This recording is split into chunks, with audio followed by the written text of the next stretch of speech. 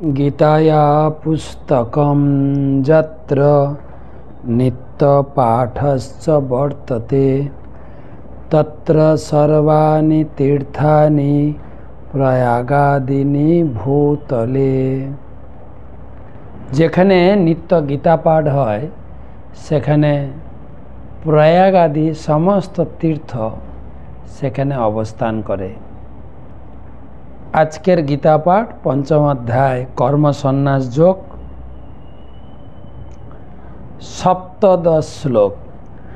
তদ্বোধায় তদাত্মানম তদ্নিষ্ঠা তৎপরায়ণা গচ্ছন্তে অপুনরাবৃত্তিম জ্ঞান নির্ধূত কলমসা।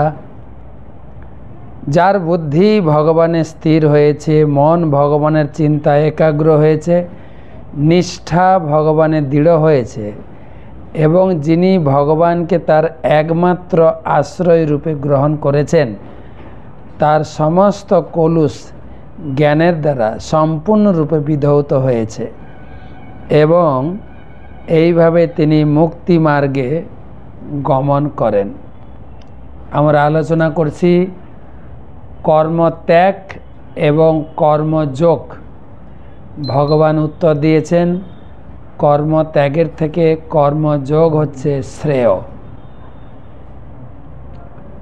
তো এখানে আজকের শ্লোকে ভগবান বলছেন কর্ম তুমি করবে ভগবানের উদ্দেশ্যে, মন বুদ্ধি এবং শরীর দিয়ে।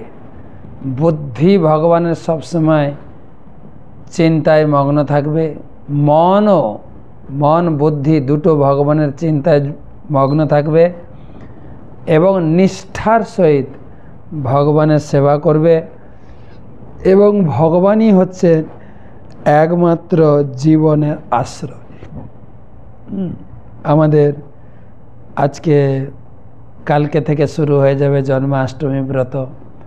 ভগবানের চিন্তায় ভগবানের সেবায় সম্পূর্ণরূপে যুক্ত হয়ে যান, তাহলে জীবনের সমস্ত প্রকারের কুবাসনা, কুচরিত্র, কুচিন্তা থেকে মুক্ত হয়ে সম্পূর্ণ শুদ্ধ হয়ে নিষ্কলুষ আনন্দময় জীবন প্রাপ্ত হব এবং জীবনের শেষে ভগবানের চরণে পৌঁছে ভগবানের নিত্য সেবায় যুক্ত হব।